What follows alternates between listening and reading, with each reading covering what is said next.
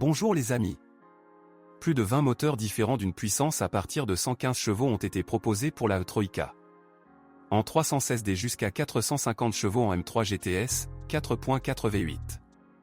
Le moteur essence le plus faible développe 116 CH en 316i, 1.6, le diesel le plus puissant, 286 CH en 335D, 3.0 RC.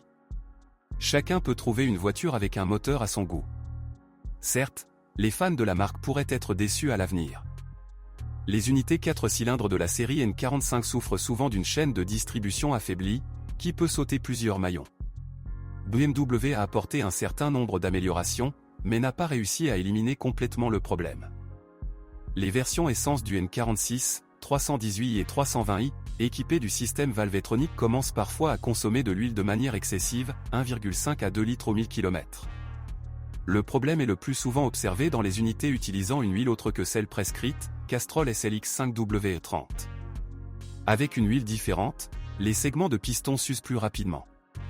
Parfois, le problème des fuites d'huile peut être résolu en remplaçant les joints de tige de soupape. De temps en temps, l'entraînement à faucille valvetronique, système permettant de modifier en douceur la course des soupapes d'admission, est loué. Des dysfonctionnements peuvent être provoqués par une perte de puissance due à la corrosion du contact du fil positif.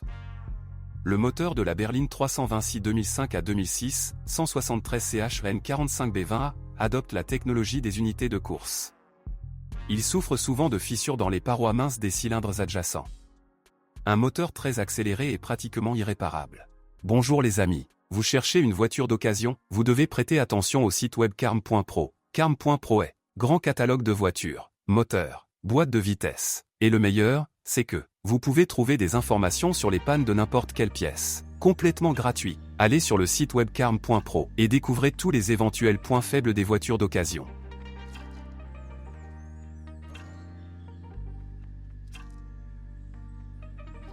Il n'existe pratiquement aucun moteur d'occasion en bon état sur le marché.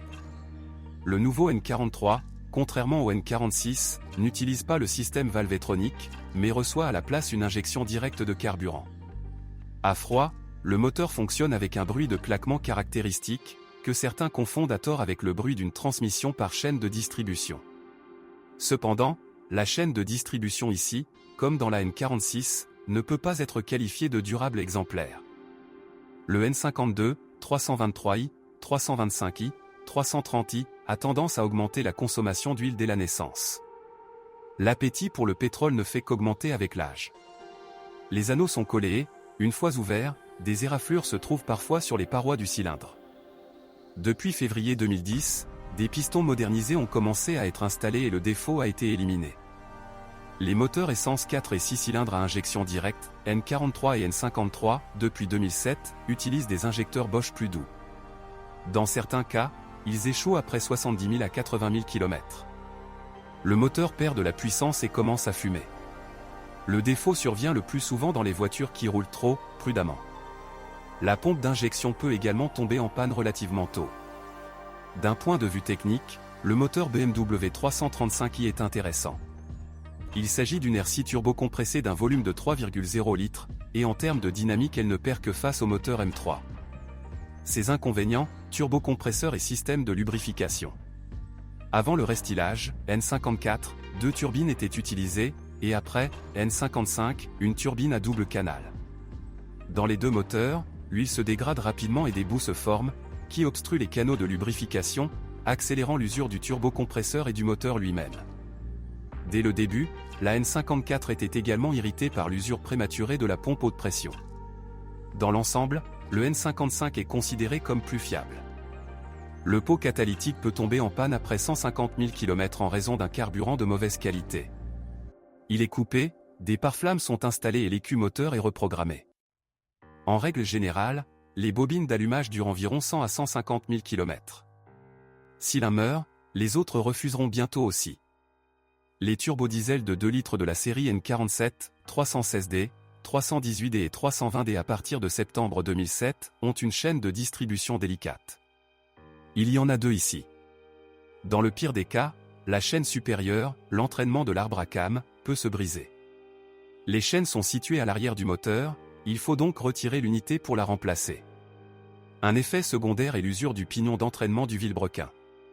Malgré un certain nombre d'améliorations, le défaut n'a pas été complètement éliminé. Le N47 est équipé d'injecteurs piézoélectriques non réparables et sensibles à la qualité du carburant. Le turbocompresseur de ce moteur est fabriqué par Mitsubishi. Après 100 000 km, l'axe de la turbine s'effondre parfois. De plus, l'unité de commande du turbocompresseur, qui ne peut être remplacée que sous forme d'ensemble avec la turbine, peut tomber en panne. Parfois, des fissures apparaissent entre les cylindres du N47.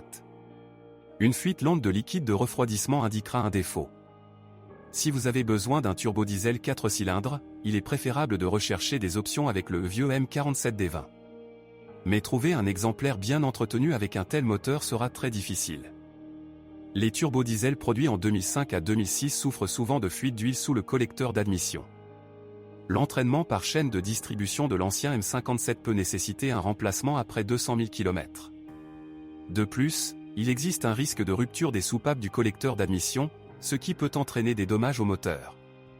Le pire, c'est qu'il n'y a aucun symptôme alarmant. La seule façon d'éviter les problèmes est de démonter le collecteur d'admission et de vérifier les amortisseurs.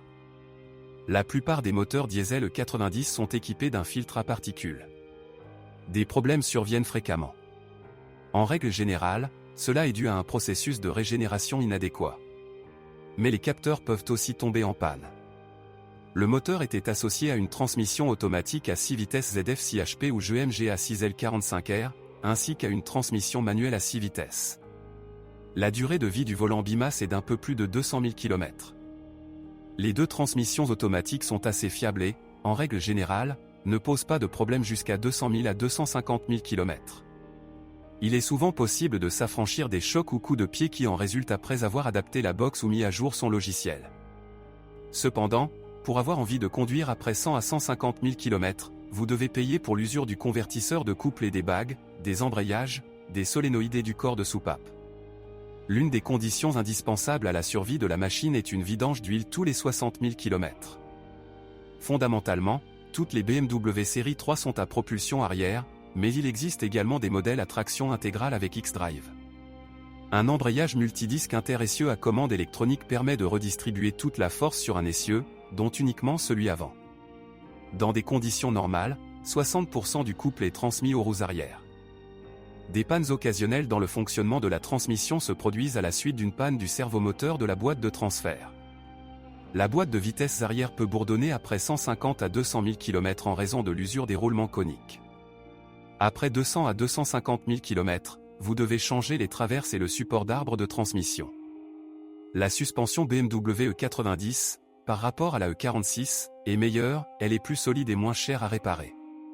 Si dans la E46, la réparation de la suspension avant était nécessaire après 70 à 80 000 km, alors dans la BMW E90, elle atteignait 120 à 150 000 km.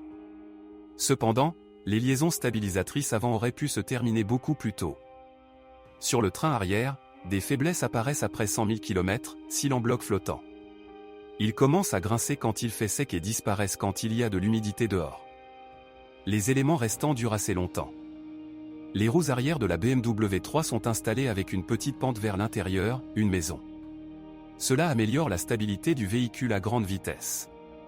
Cependant, cette géométrie provoque une usure rapide des pneus arrière, notamment au niveau de la bande de roulement intérieure. Avant d'acheter, vous devez vérifier l'état de la crémaillère de direction. Après 200 à 250 000 km, la pompe de direction assistée abandonne parfois. Le système de freinage est assez résistant. Parfois, la pompe à vide tombe en panne, comme l'indiquent des bruits parasites. Malheureusement, les signes d'usure sont assez fréquents à l'intérieur. Ainsi, des abrasions sur le volant apparaissent après 80 000 km, alors que dans la E46, elles n'ont été observées qu'après 250 à 300 000 km. Mais jusqu'à présent, on ne sait presque rien de la corrosion. De l'eau dans la cabine peut apparaître en raison d'une mauvaise isolation phonique sous la garniture de porte. Pour éliminer le défaut, l'isolation phonique doit être bien collée. Des problèmes de chauffage en hiver, après 120 à 180 000 km, peuvent survenir en raison d'une panne de la pompe supplémentaire. Le point faible du système de climatisation est le tube le long du longeron au niveau de la roue avant droite. Elle pourrit. Après 100 à 150 000 km, le roulement d'embrayage du compresseur commence parfois à faire du bruit. Avec l'âge, le mécanisme de verrouillage des rétroviseurs latéraux s'use. En conséquence, le corps du miroir se retourne lors du pliage. Les concessionnaires ont proposé de remplacer l'ensemble. Heureusement, des réparations peu coûteuses sont possibles. Les petits défauts électriques sont assez nombreux. Les interruptions de fonctionnement sont souvent causées par une batterie faible ou une mauvaise alimentation électrique. Par exemple, sous le creux du coffre, le contact du fil positif se plie, et dans la boîte à fusibles, derrière la boîte à gants, le contact du fil positif fond. Les interruptions de fonctionnement de la fermeture centralisée et de l'éclairage extérieur sont le résultat d'une panne du boîtier FRM. L'un des problèmes typiques du break 91 est que la radio ne capte plus les stations de radio et que le verrouillage centralisé ne répond pas à la télécommande. Cela signifie que l'antenne du couvercle du coffre est cassée. Un autre problème typique avec le même break est l'endommagement du faisceau électrique du couvercle du coffre. C'est tout simplement trop court. Un volant bloqué peut être une mauvaise surprise. Généralement, un indicateur jaune au volant avertit d'un problème imminent, puis devient rouge. Mais comme il est encore possible de conduire une voiture, de nombreuses personnes reportent leur visite au service jusqu'à ce que le volant se verrouille enfin. Dans les BMW 3 les plus anciennes de cette génération, avant 2006, la mise à jour du logiciel est souvent utile. Si cela ne résout pas le problème, vous devrez remplacer la carte électronique. Les lampes au xénon sont loin d'être éternelles. Ils doivent être changés environ tous les 4 ans. De plus, avec le temps, le réflecteur fond et le phare lui-même commencent à transpirer. Si vous connaissez d'autres dysfonctionnements de modèle, assurez-vous d'en parler.